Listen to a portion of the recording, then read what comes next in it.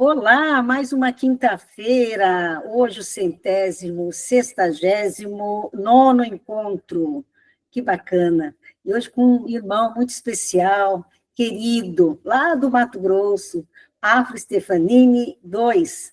Olha que bacana. Afro gentilmente recebeu o nosso convite está aqui, nós vamos ter o prazer de absorver não só as mensagens, as reflexões, que certamente acontecerá essa noite, mas também ter o prazer de ouvir uma linda voz. Ele também é compositor. Eu acho que eu não contei para vocês isso, né? Falei que era escritor, mas não falei. Então, gente, vai ser uma noite muito agradável. E sabe, Afro, eu comentei assim, depois não avisa que eu não avisei, depois não diga que eu não avisei, que é uma noite muito especial. E nós vamos começar, então, agradecendo ao nosso Pai, né, a Deus, a Jesus, nosso Mestre querido, por essa oportunidade, que mesmo de forma virtual, podemos aqui conectar tantos corações, ir se harmonizando, crescendo a nossa família fraternal. Eu vou pedir, então, para a Ângela, querida Ângela, fazer a prece para nós, Ângela, pode ser?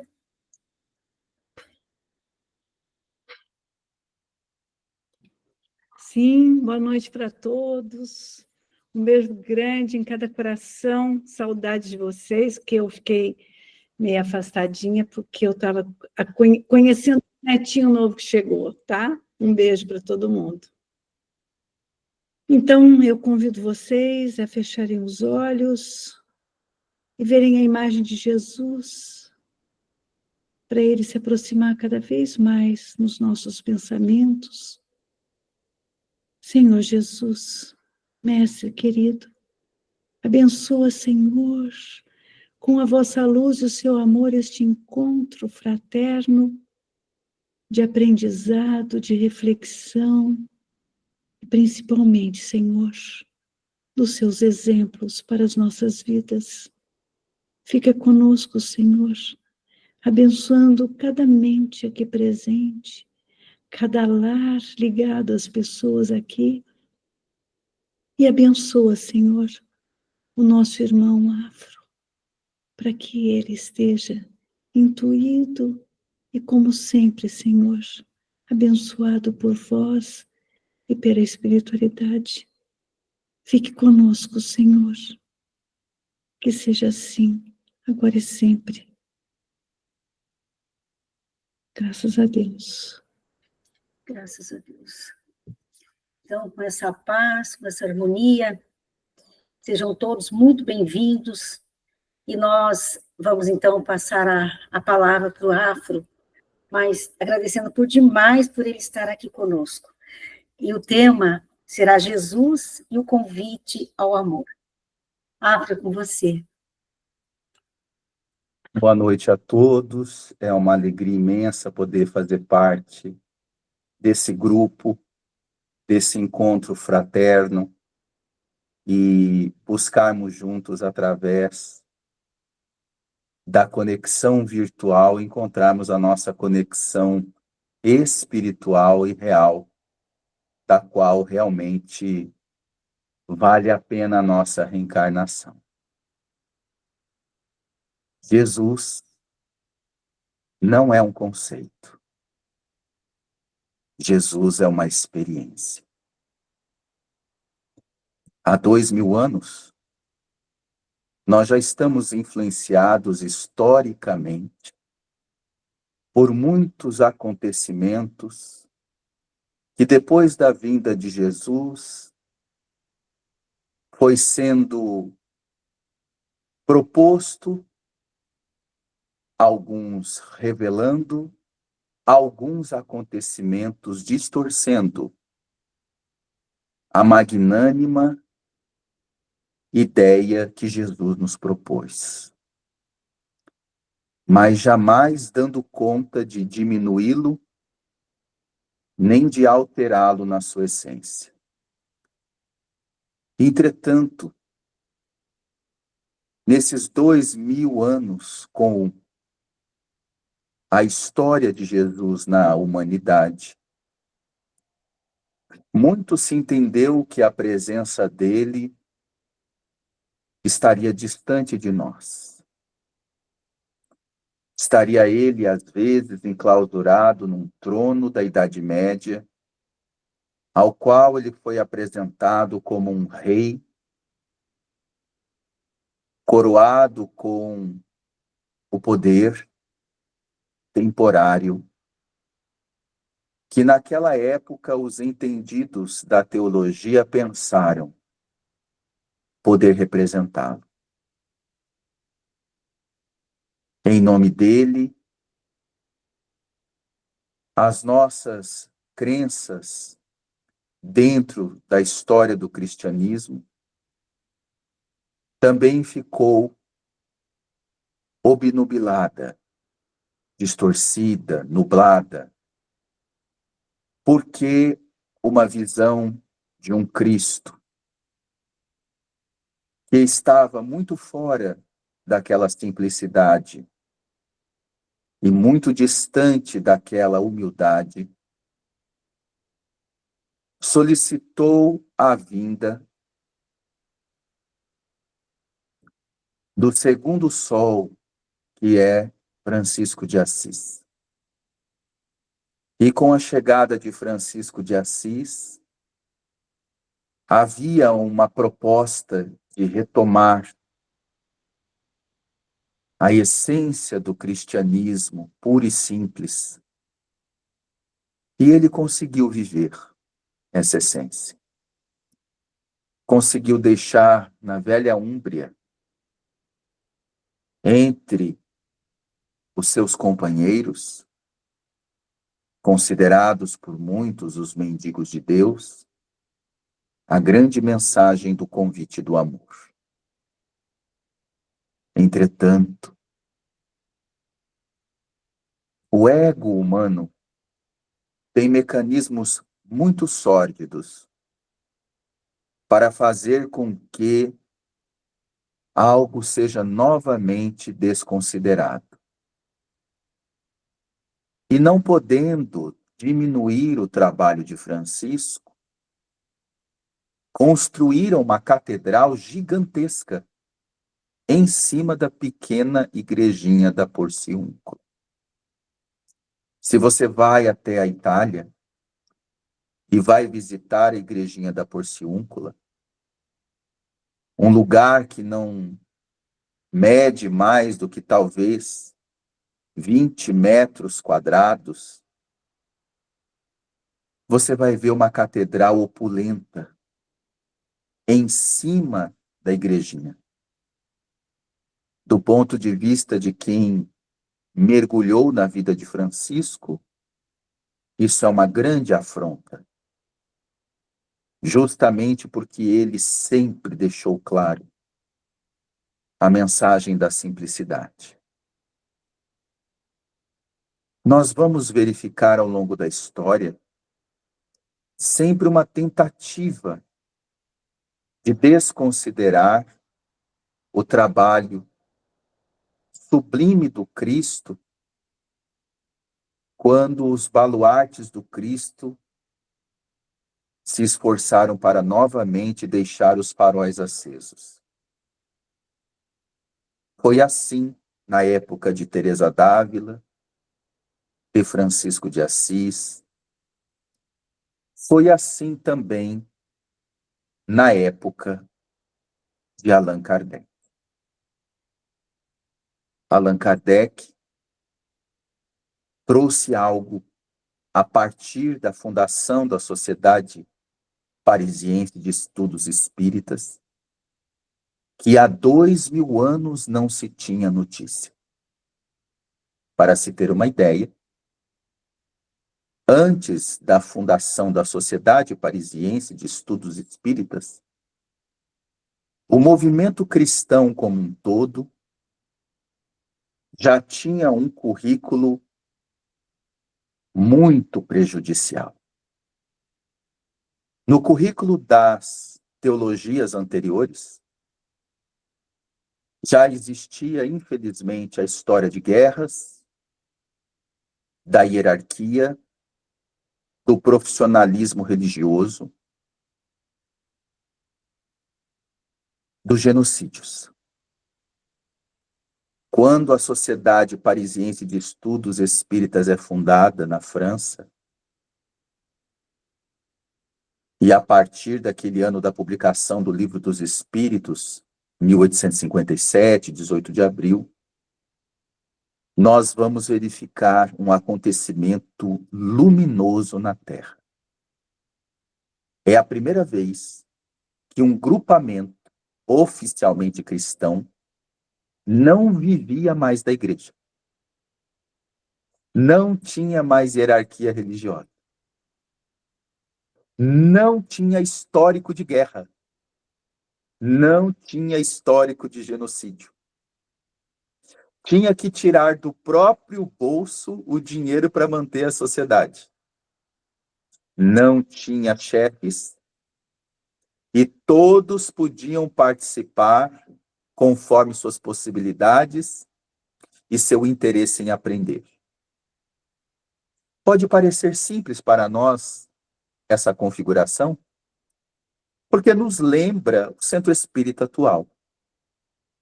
Mas devemos recordar que isso só havia acontecido com essa configuração na época dos cristãos de Roma, dos cristãos de Antioquia, dos cristãos de Jerusalém, pois depois isso também foi desfeito ao longo do tempo. Estarmos hoje abrindo as portas de um centro espírita não é uma tarefa qualquer.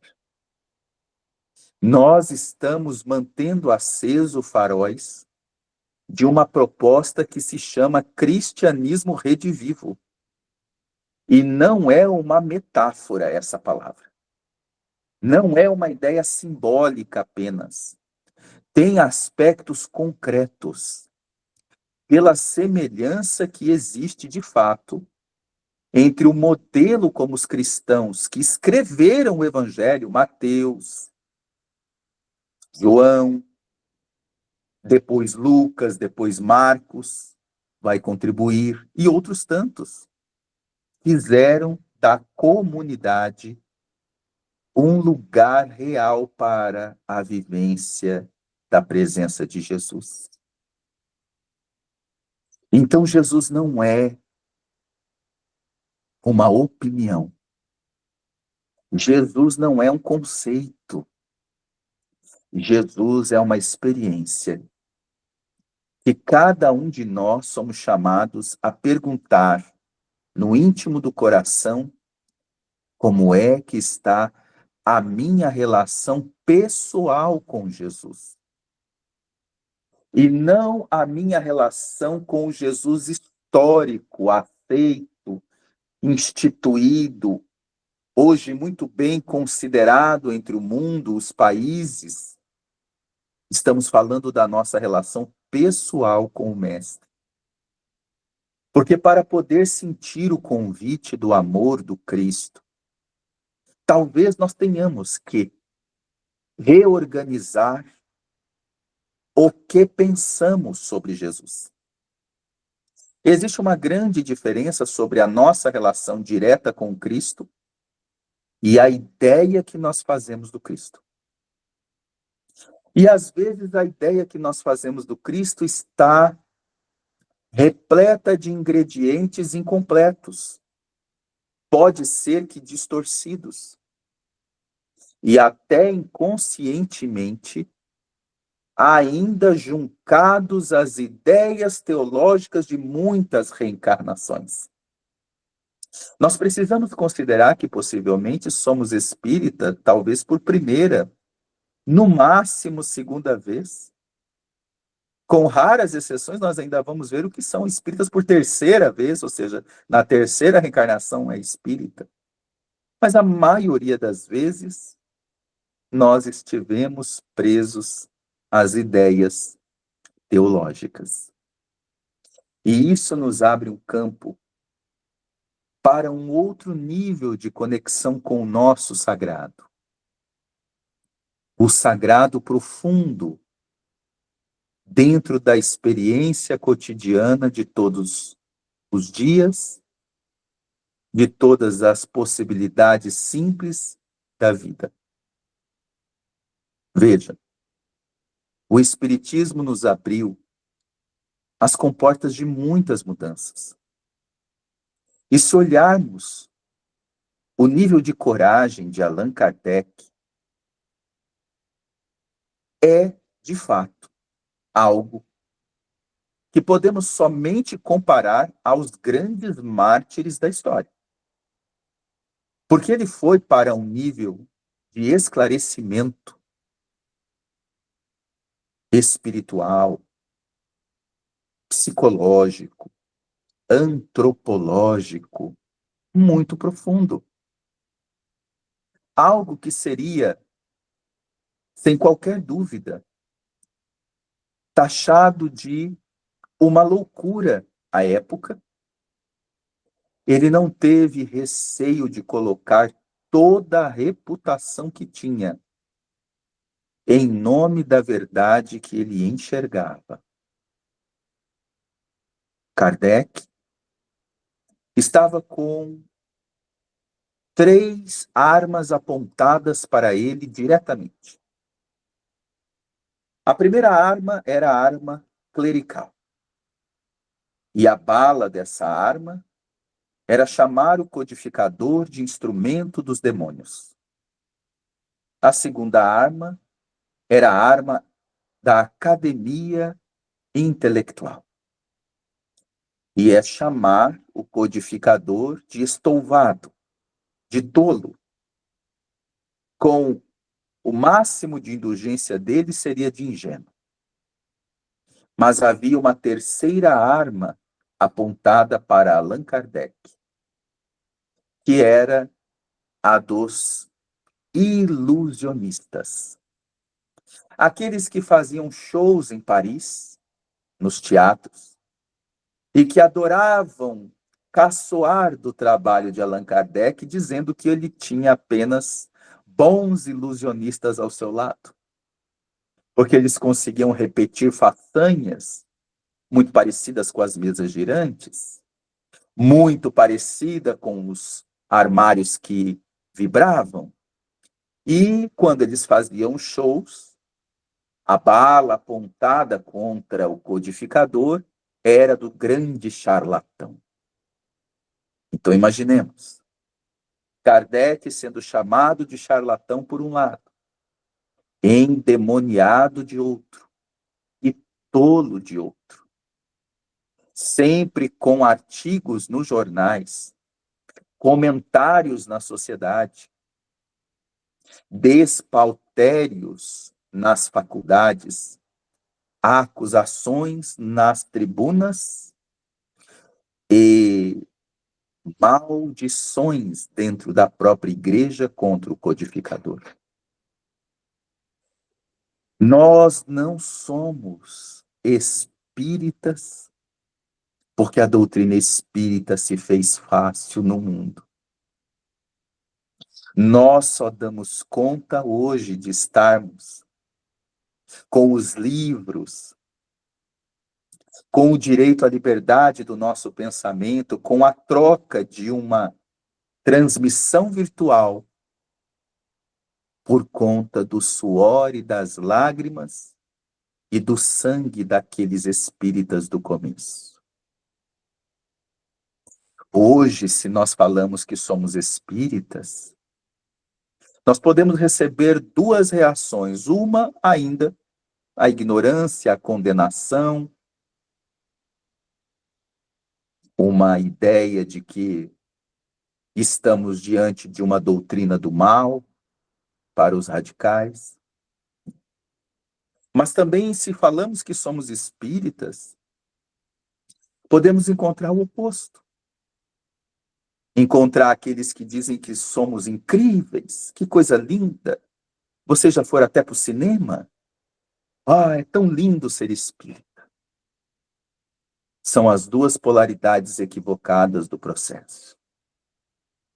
Porque para nós, o espiritismo não é nem um lugar de destaque, nem um lugar de ataque. O Espiritismo é o nosso lugar de remissão interior. É a nossa estrada de Damasco.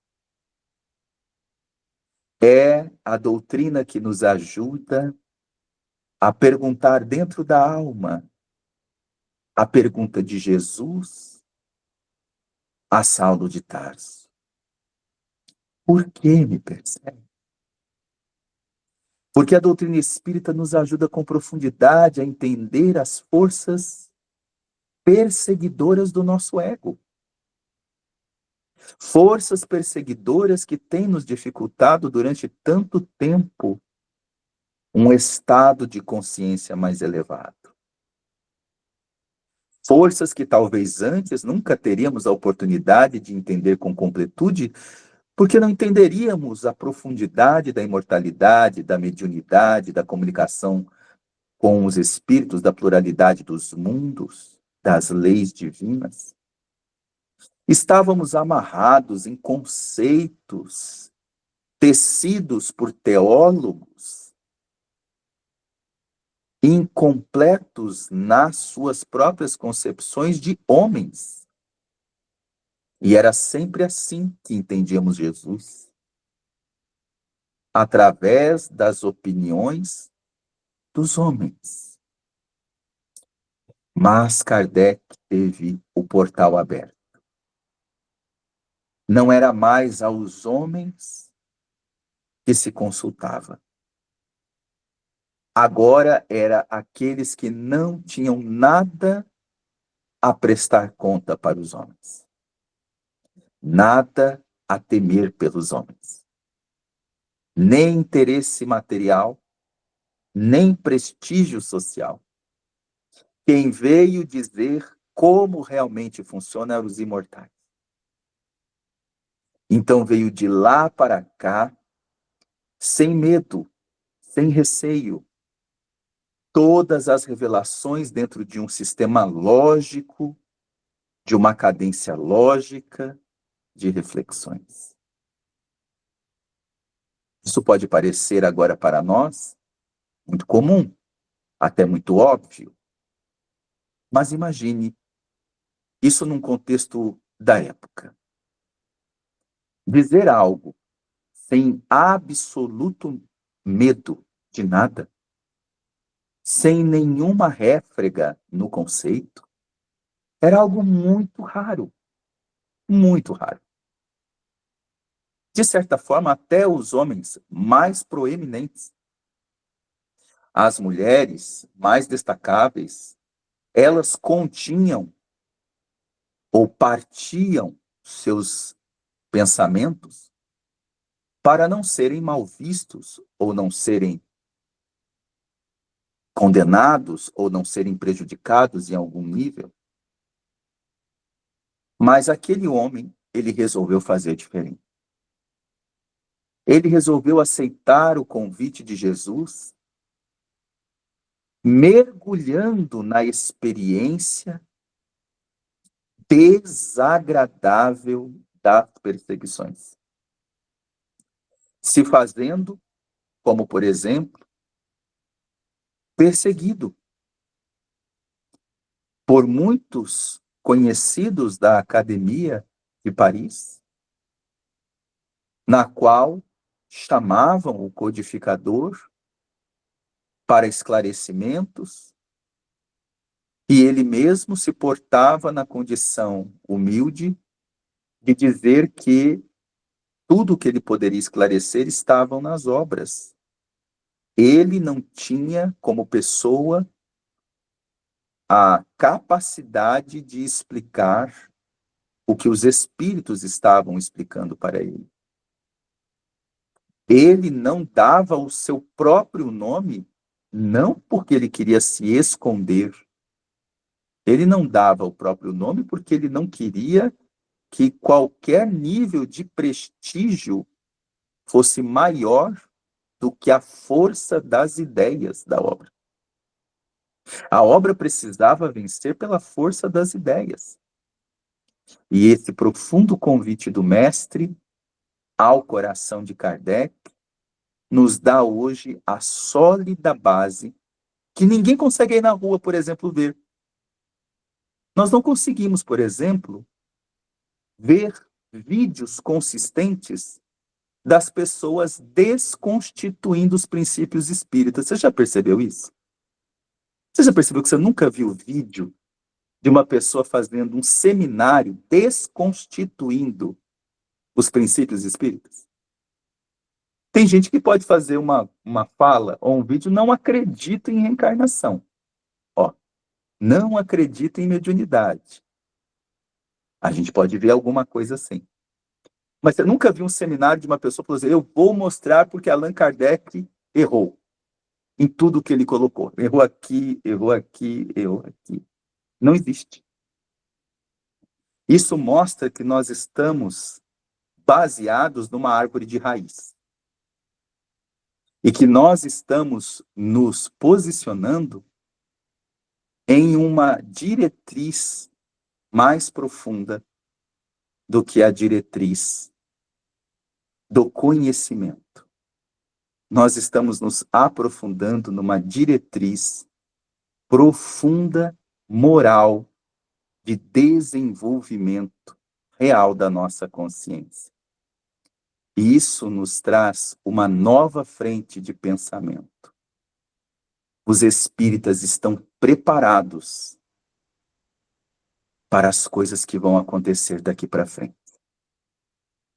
Para você ter uma ideia, havia antes apenas 3 questões que faziam a alavanca da humanidade crescer e evoluir. Essas 3 forças da alavanca, elas eram feitas do conhecimento, da experiência e da revelação. O conhecimento faz, até então, só era assim, faz a humanidade crescer a partir da investigação. Investigação das leis. Por exemplo, Copérnico, Isaac Newton, Albert Einstein. Exemplos de seres que conseguiram, a partir do conhecimento, ajudar a humanidade ao progresso muito profundo das etapas seguintes. Foi por causa do conhecimento, por exemplo, e do estudo das leis divinas, da física, das leis divinas físicas, que o homem conseguiu chegar até a Lua. Imagine comigo, para nós é algo muito tranquilo hoje, mas imagine comigo esse fato. O homem nunca saiu do planeta, nunca foi para a Lua. Não faz ideia, na prática, como é a Lua. Mas ele reúne um monte de pensadores, cientistas, que têm a ideia na cabeça deles de como que a matemática diz para eles como é que é a propulsão de um foguete, como é que esse foguete chega lá, como é que no cálculo da cabeça deles deve ser mais ou menos a gravidade, que não vai esmagar ninguém quando chegar lá, como é que eles vão dar conta de sair da nave, como é que eles vão dar conta de entrar na nave, como é que eles vão dar conta de voltar para cá. E só que ninguém tinha ido. E aí eles confiam na existência das equações matemáticas para fazerem isso, porque eles se baseiam em leis. Leis da natureza. Leis físicas. E eles dão conta de chegar até a Lua, voltar da Lua e ter uma experiência que nunca tinha tido ninguém antes para dizer o caminho. Então, esse é um pilar da engrenagem do avanço da humanidade, que é o conhecimento. Mas a humanidade também avançou durante milênios e milênios através da experiência. E o que foi a experiência? Experiência é aquele tipo de conhecimento que se tem a partir daquilo que você passa. Então, seus avós te ensinaram, por exemplo, a fazer aquele chazinho de camomila, né? Aquele chazinho de cidreira. Por quê? Porque a avó dele ensinou, porque a avó da avó ensinou. E, por algum motivo, lá nas tradições ancestrais, realmente acalma. Até que o pessoal aqui mais cedo foi tentar estudar, seu avô, você, seu bisavô, ninguém sabia por que que acalma. Mas realmente acalma. E assim como um chazinho é aprendido numa tradição que vai passando de pai para filho, ou de geração para geração, ou até de cultura inteirinha para cultura inteirinha, nós fomos também crescendo enquanto humanidade por causa da transferência de conhecimento pela experiência, não pela investigação. Então, muito do que hoje nós vivemos, sabemos, não teve nada a ver com o laboratório. Teve a ver com os ensinos da vida experimentada, sofrida e até vivida profundamente, até sofrida pelos nossos ancestrais, e que foram passando isso para nós, como os índios, por exemplo, sabem, né? A plantinha que mata, a plantinha que cura. Por que eles tiram isso? Não foi no laboratório, mas teve muita gente antes deles que foram experimentando e foram dando os efeitos, foram ensinando. Isso se transformou num grande compêndio, uma biblioteca de conhecimento pela experiência que a gente tem hoje. A humanidade, ela poderia evoluir nesses dois caminhos. Até aqui, ó. Tá vendo? Conhecimento, experiência. Conhecimento, experiência. E a gente evoluiu durante todos esses milênios de anos nesse processo. Mas teve um terceiro elemento que sempre acompanhou a evolução da humanidade: a revelação. De tempos em tempos, além do conhecimento estudado, desde a era da descoberta do fogo, da invenção da roda e tudo mais, além da experiência transmitida, desde tudo que nossos ancestrais passaram para cá, sempre houve a interferência dos espíritos, através de médiuns, dizendo para aquela geração o que nem o conhecimento ainda dava conta e nem a experiência ainda tinha totalmente ensinado. E aí vinha revelações que ajudavam a dar saltos, ó. Saltos em termos de ideias, em termos de conceitos, em termos de tudo. Era o trabalho da tríade revelação, conhecimento e experiência, fomentando o progresso da humanidade. Mas, com a chegada do Cristo, nós tivemos a tríade una em um só ser. Não havia na história da humanidade alguém que pudesse ter presenteado a gente ou expressado para a gente, antes de Jesus, algo assim. E nem depois dele, como ele assim fez. Ele resumia toda a profundidade da revelação, do conhecimento e da experiência. Eu sou o caminho da verdade e da vida. Ninguém vai ao Pai senão por mim. Aí a gente começa a reorganizar a nossa relação com o Cristo, trazendo o Cristo como nosso mestre diário, como nosso mestre das questões da nossa consciência. E não apenas como o mestre dito no Espiritismo, instituído, explicado, dito, revelado, como governador do planeta Terra. Ok. Mas não é essa a relação que a gente vai ter com o Cristo. A relação que a gente vai ter com o Cristo é o que eu quero que, a partir deste conhecimento, desta minha experiência e desta minha relação de revelação que o mundo espiritual me dá, o ser que eu mereço, posso e preciso me tornar cada dia dentro de mim. Porque o meu pai me ensinou coisas boas? Sim. Minha mãe pode ter me ensinado coisas boas? Claro. Pode ser que eu tenha vindo até de uma família bem estruturada, com ensinos lindos? Com certeza. mas eles também, em um nível maior ou menor, me modelaram os seus conflitos, me modelaram seus medos, me modelaram alguma questão que talvez eu ainda tenha influência disso. E eu também tenho as questões anteriores a essa existência. Mas um modelo que tem condição de ser para mim a referência de existência, de consciência, para me fazer reorganizar, inclusive as camadas das subpersonalidades das minhas reencarnações anteriores, o modelo pelo qual eu preciso e posso tomá-lo como diretriz diária de vida, que vai inclusive me ajudar a ressignificar padrões que meu pai me trouxe, ou que a minha mãe me trouxe, e que estão dentro de afluentes de seus medos ou suas dores, é Jesus. Jesus se torna aqui o que eu chamo de transfamiliaridade. Então, existe a familiaridade, mas Jesus transcende a própria familiaridade conhecida. Porque eu posso agora, nessa reencarnação, estar filho de fulano e filho de ciclano. Na outra reencarnação, eu fui filho de Beltrano e filho de fulano. Na outra, tal e tal.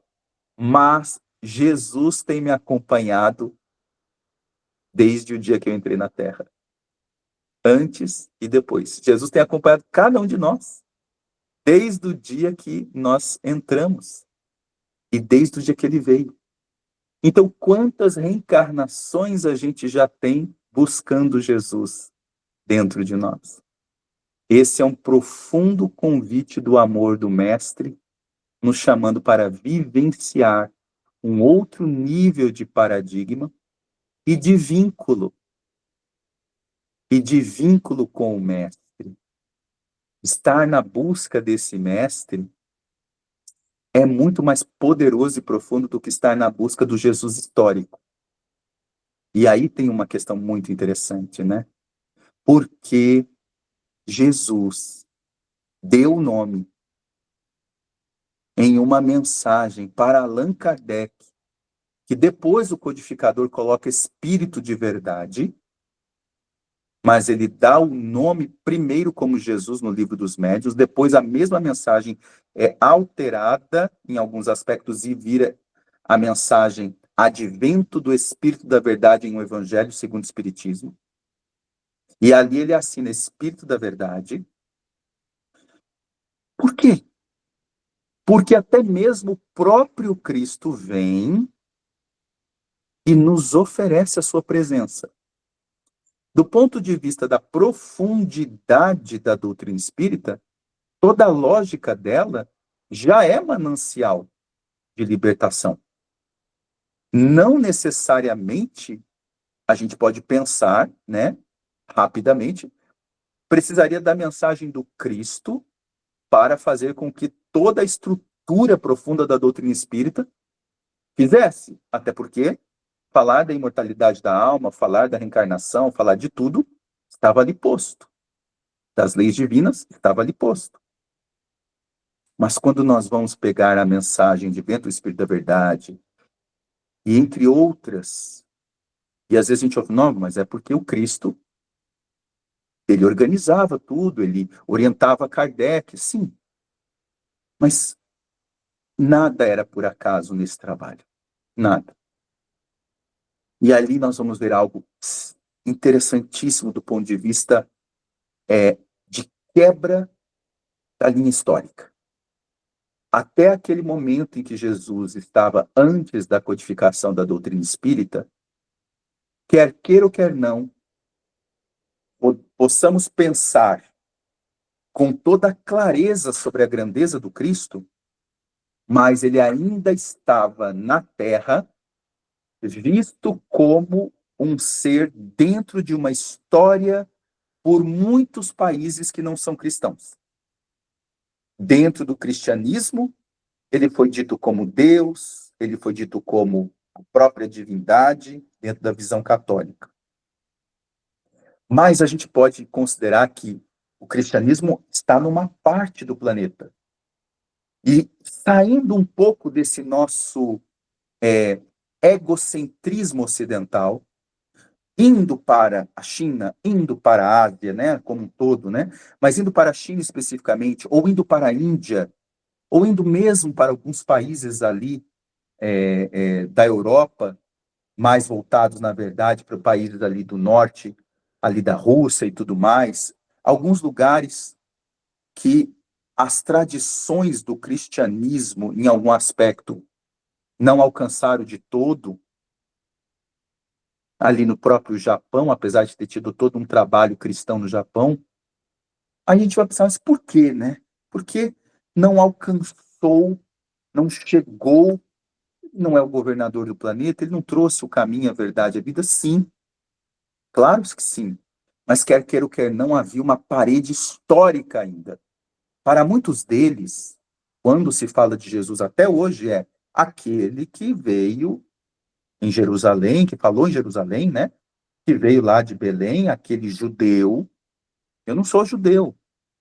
Para outro, aquele que representa o cristianismo católico, né? Eu não sou católico. É sempre a ideia de colocar Jesus aqui, ó, dentro de uma linha histórica, como se ele tivesse preso à terra. A vinda dele no Espiritismo, que é a pátria dos imortais, que vem esclarecer para nós que ninguém tem pátria, que nós não somos nem homem, nem mulher, que não somos nem brasileiro, nem estrangeiro, que não somos nem terráqueos, dependendo da situação.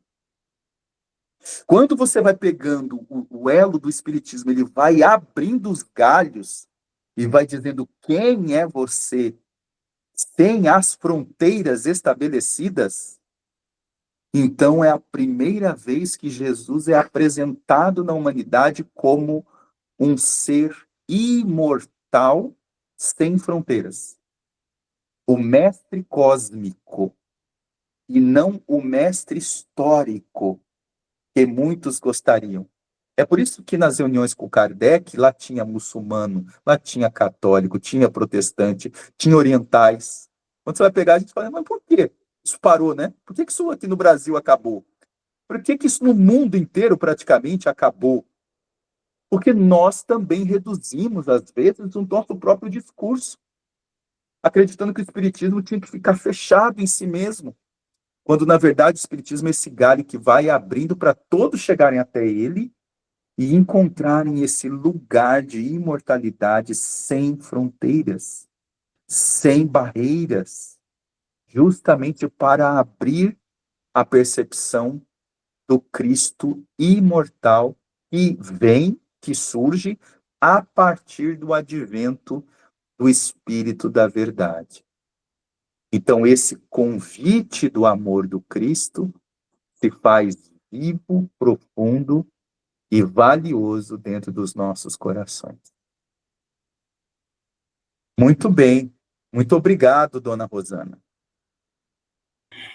Nós aqui agradecemos, maravilhoso, né, gente?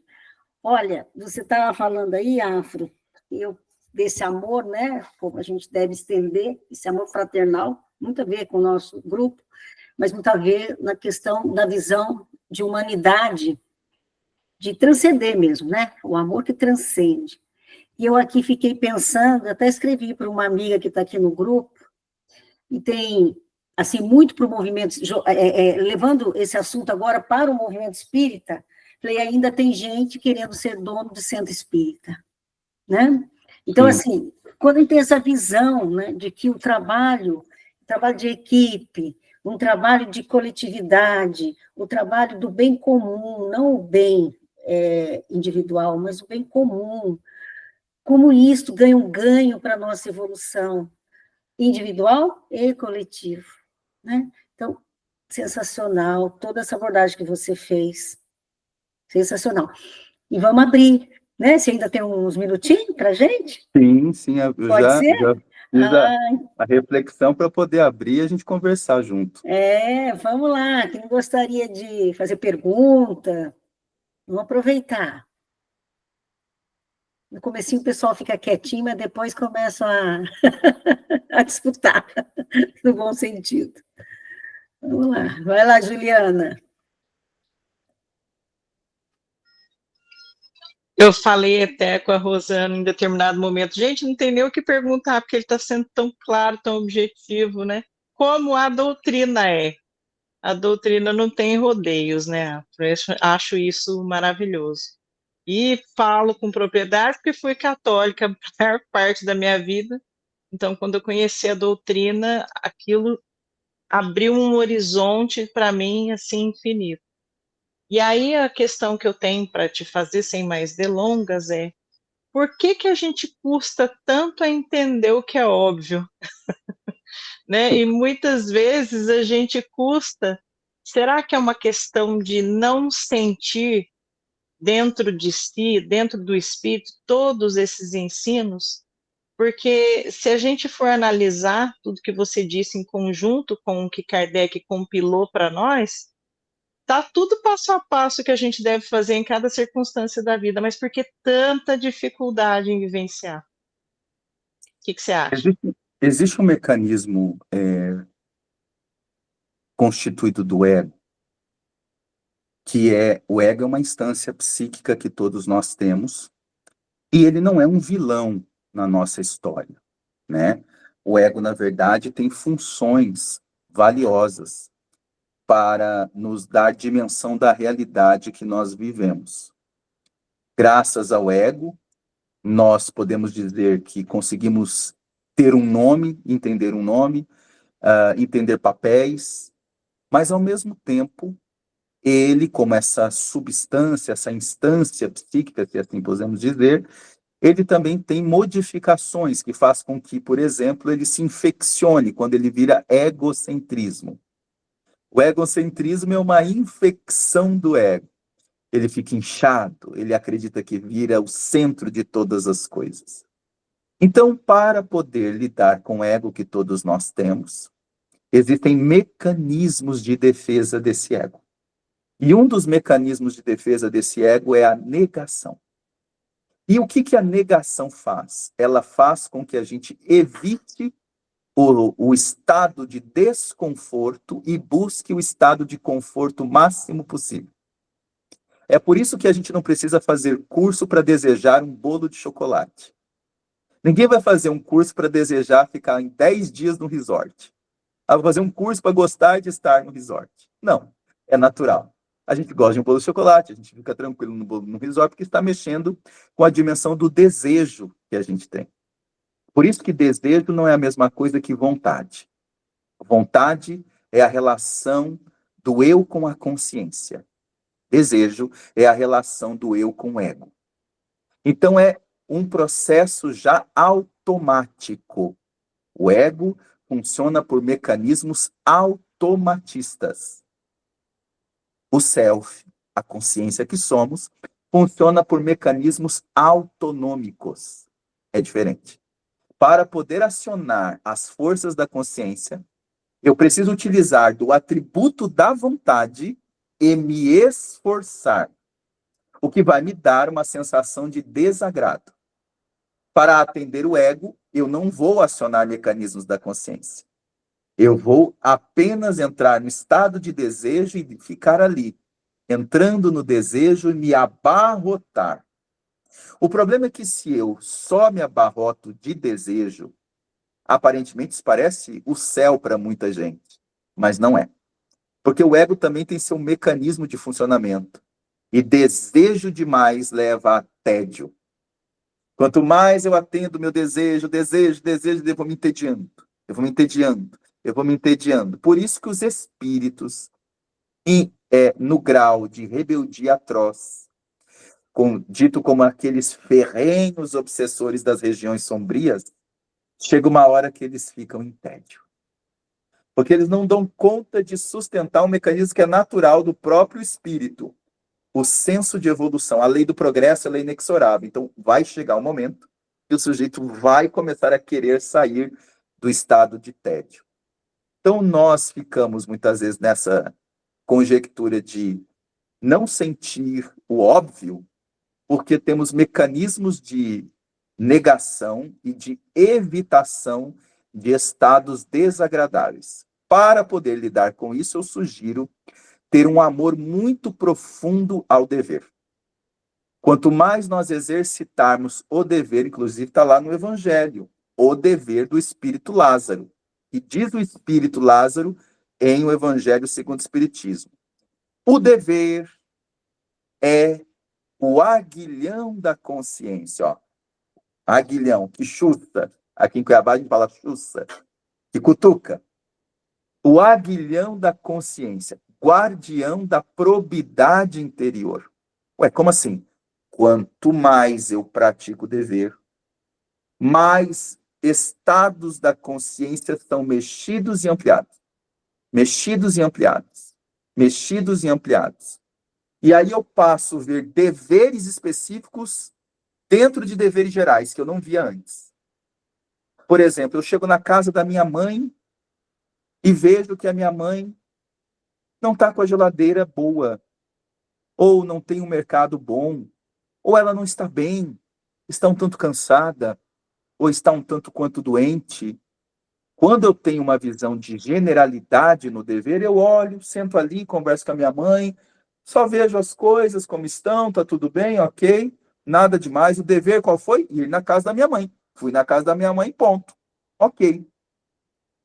Quando eu começo a usar o aguilhão da consciência, eu vou voltar na casa da minha mãe. Mas eu falo, mas será que ela fez compra? Será que ela fez mercado? Não é possível que eu vou na casa da minha mãe e não vou ver se ela está bem. Não é possível que eu vou ver se ela não tomou remédio. Não é possível que eu não vou perguntar se a minha mãe está se sentindo sozinha ou ela quer passear.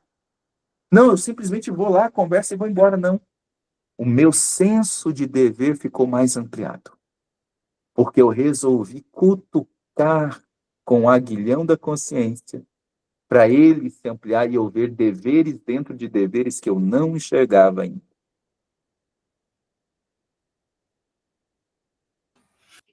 Muito bom. Mais alguém aí? Vamos aproveitar, gente? Bom, né, Juliana? Excelente. Mais alguém? Não, tá tudo quietinho hoje. A Juliane não vai fazer pergunta? Aliás, Gi? agradeço, viu, a resposta. Obrigada. Gi, hoje não, Gi? Só agradecer essa aula. Muito obrigada. Maravilhosa, né? Não mais? Ângela? Só tá quietinha aqui hoje. Eu fiquei pensando, eu assim, estou amando, e é interessante como a mente da gente vai abrindo, né? Mas eu estava pensando sobre essa relação de desejos e do desejo e da vontade.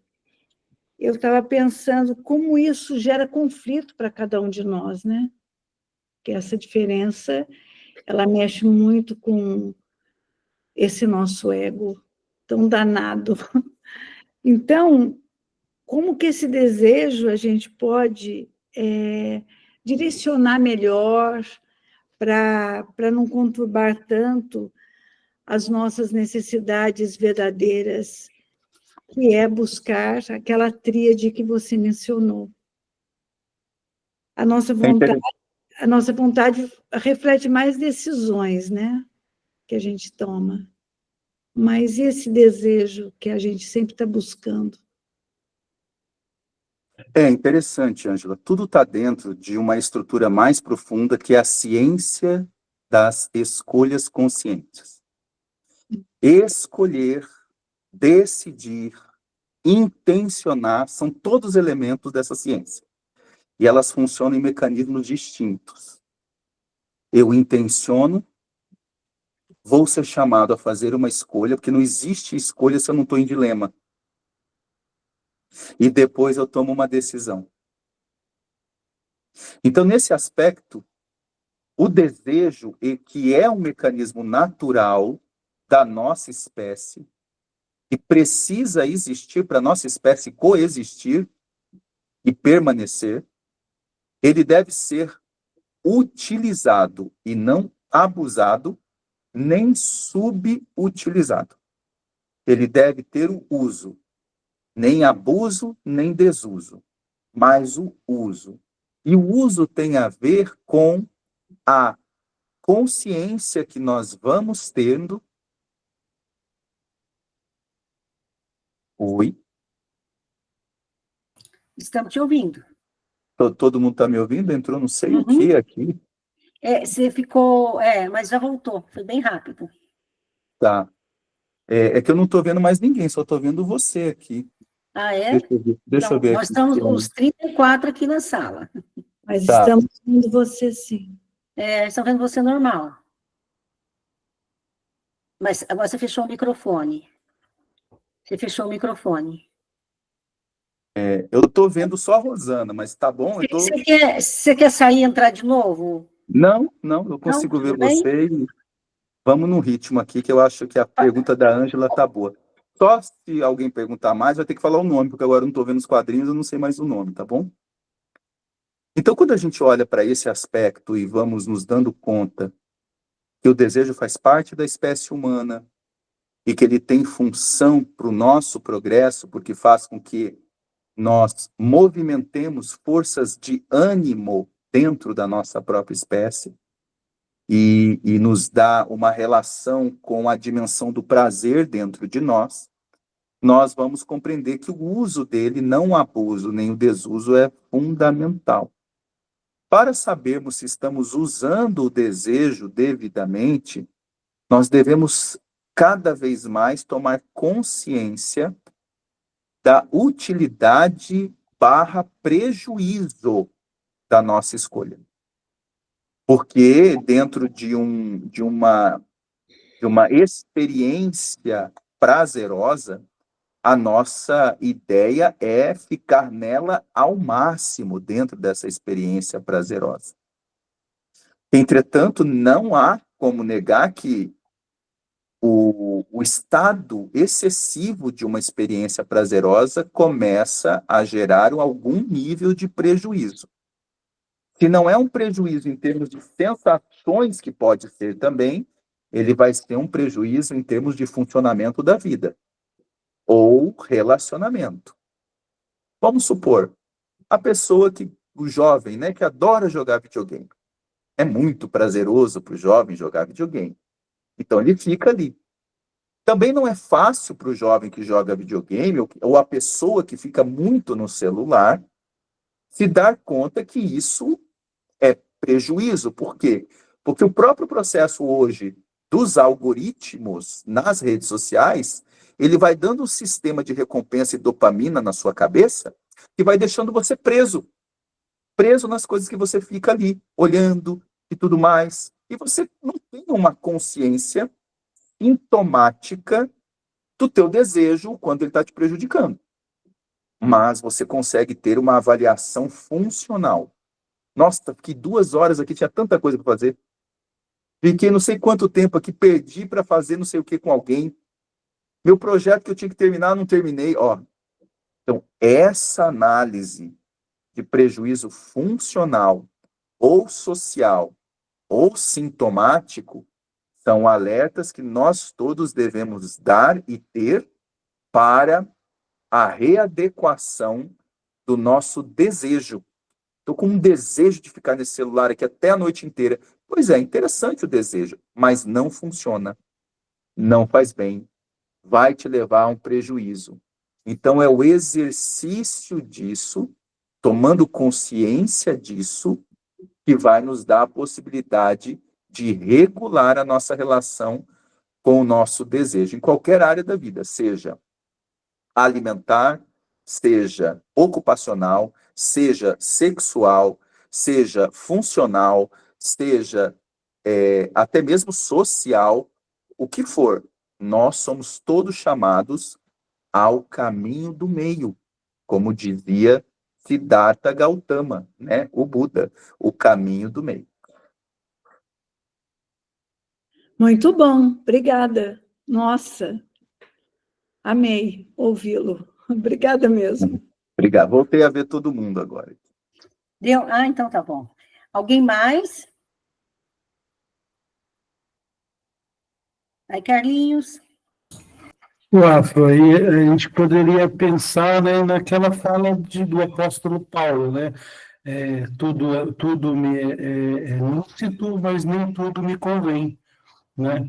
Uhum. E quando a gente passa a raciocinar, passa a verificar essa questão de aonde eu quero chegar, né, Uhum. vai dar a dimensão de que se aquilo está somando ou saindo. Por exemplo, quando a gente está, se você tem um propósito na escola, né, de fazer Uhum. um curso, aí muitas vezes você vai ter situações em que que outras coisas vão te convidar a deixar aquilo de lado, mas você tem um objetivo. Você fala, meu objetivo é esse, eu tenho que, né? Então, quando a gente também se mantém sempre lembrando que somos espíritos imortais e a nossa passagem aqui vai nos ajudar a hora de falar, esse aqui é muito bom, mas já não me atende mais essa situação,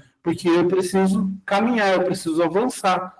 Né? Eu acho que isso ajudaria nessa questão, ajuda, né? Nessa questão de a gente começar a falar, isso aqui me deu, até aqui eu veio comigo, mas agora já é preciso começar a deixar de lado, né?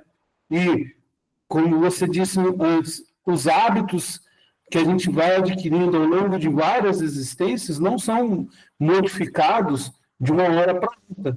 Quanto mais raiz tem o hábito, mais trabalho precisa para que ele seja modificado, não é isso?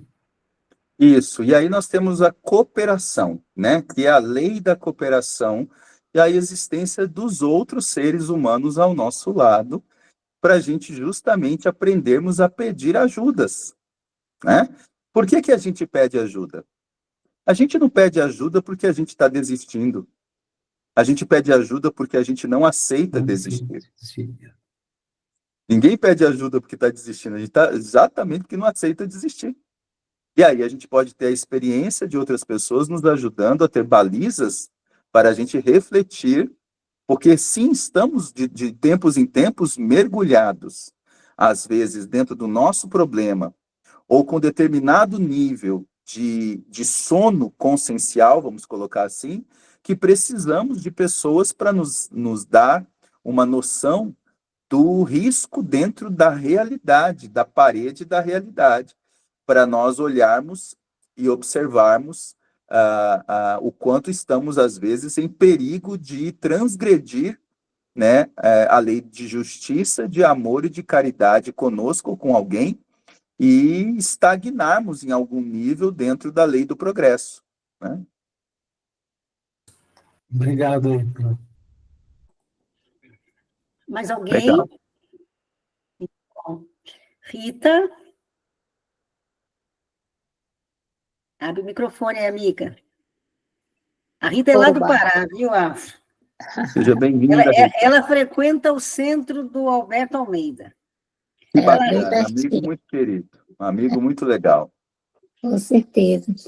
Eu estava aqui escutando, e como todo mundo, a gente fazendo uma reflexão, e aí a proposta, né, de que a gente se aproxime, que Jesus, ele faz esse amor, a proposta dele é o amor, e é interessante como a minha vida, ela deu uma guinada diferente, eu acho que de todas nós, que somos mães enlutadas, como desde jovem, eu sempre busquei o Cristo, né? Sempre busquei me aproximar dele. Nós aqui no Pará temos uma religiosidade muito forte com relação a Maria, a gente é muito próxima do amor de mãe.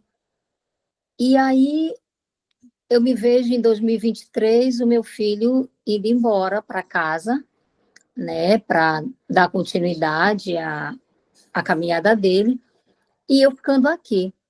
E quando eu fiquei, eu pensei, eu vivi 30 anos em prol do meu filho, porque o meu filho tinha uma formação, ele tinha um hemangioma, e aí a gente lutou muito para que ele ficasse até os 30 anos, e ele conseguiu ficar até os 30 anos.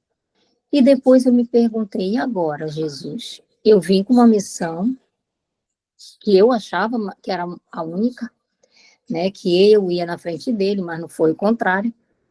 E agora, o que que eu vou fazer com o resto da minha existência? Né? Como é que eu vou me ressignificar?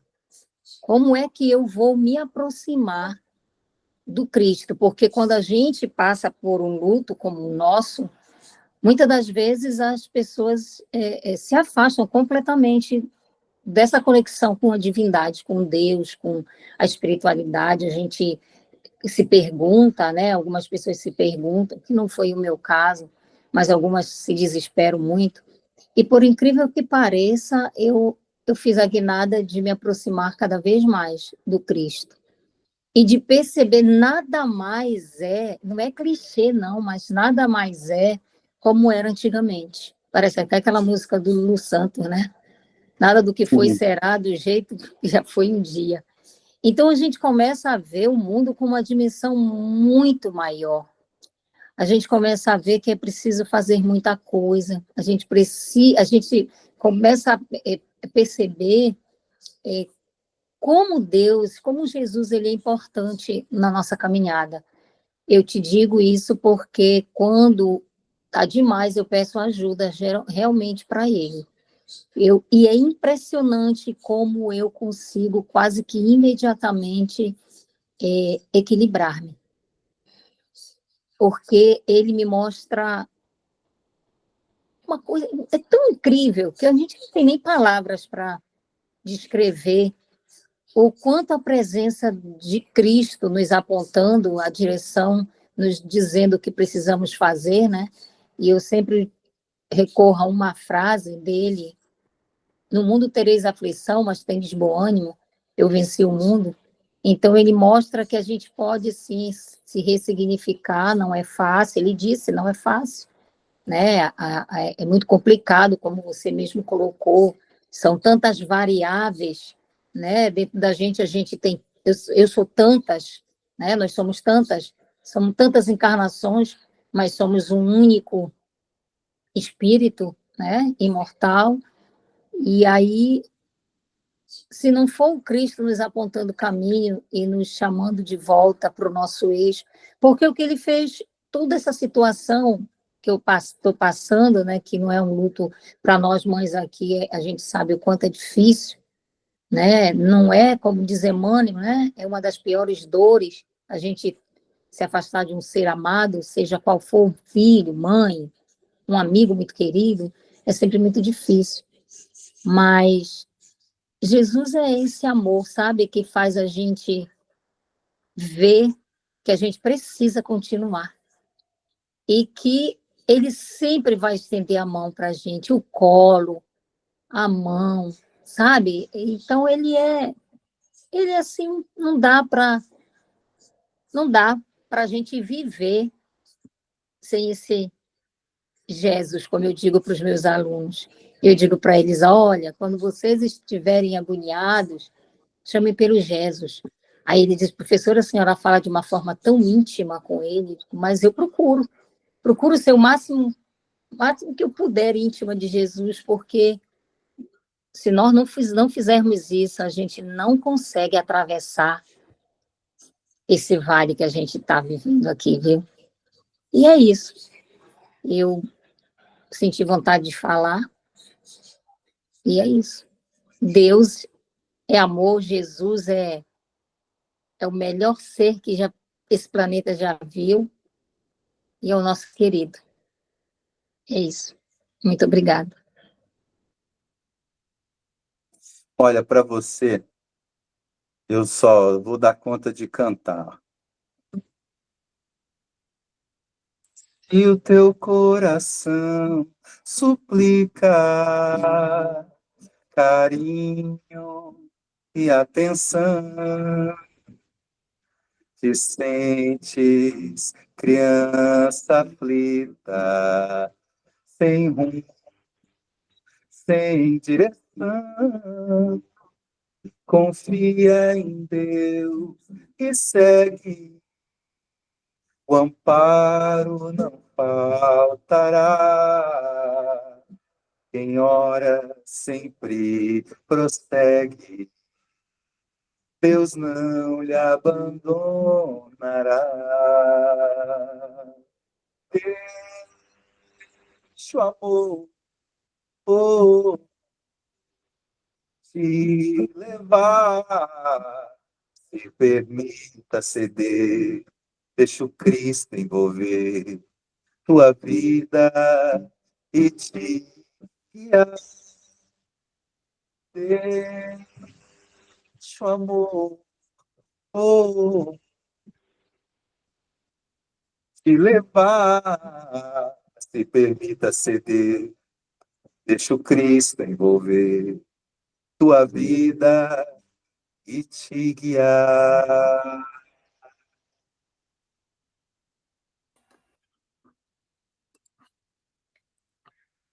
Obrigada, Senhor, por tua luz e pelo seu amor. Obrigada por mais um encontro. Que essa paz fique em nossos corações e perdure a semana inteira. Muito obrigada. Muita paz. Até semana que vem. Amigo. Grande abraço no Até coração. semana que vem.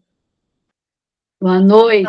Muito obrigada. Maravilhoso. Que noite Boa maravilhosa. noite, boa noite. Obrigada. Maravilhoso. Boa noite, Luz. Tchau, tchau. Boa noite a todos. Tchau, tchau. Boa noite, obrigada. Boa noite, gente. Boa noite. Boa noite. Obrigada.